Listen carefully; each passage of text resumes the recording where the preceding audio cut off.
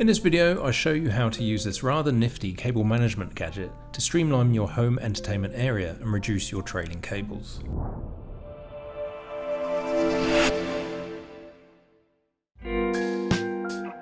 My kids' playroom requires a bit of tidying up. Their Nintendo Switch has pride of place underneath their TV, but unfortunately the setup is a bit of a mess. While there's a convenient channel already built into our drywall to run cables, they are unsightly. Plus, even with a long third-party HDMI cable, the console is firmly tethered too close to the wall. While I was contemplating buying an even longer cable, which would at least give me some slack to neatly position the Switch, I was delighted to come across this alternative solution from Buyer's Point. It's an HDMI wall plate that works as an extension for any devices that use HDMI connections. The additional benefit is that it's designed to conceal the extension within your wall cavity and terminate in a more attractive low-profile plate. The cables are double-ended female connectors so that you can connect standard HDMI cables on either end. While you can purchase the single HDMI version, I opted for this dual solution so I can add additional devices in the future. The Buyer's Point HDMI wall plate is somewhat future-proofed.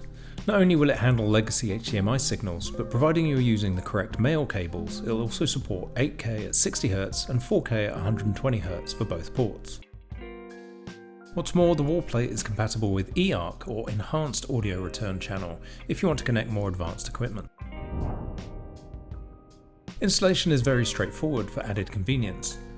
The wall plate is a standard size, so in my case I'm just removing the brush wall plate and swapping it for the HDMI wall plate.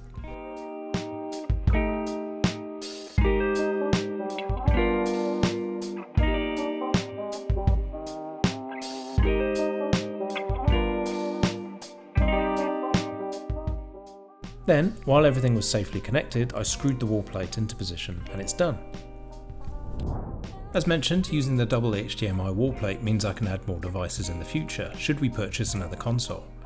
As a consideration for the double version, it does mean using an additional HDMI cable. Thank you for watching, and as always, it'd be great if you were to like this video and subscribe to my channel for more content on personal technology and the connected home.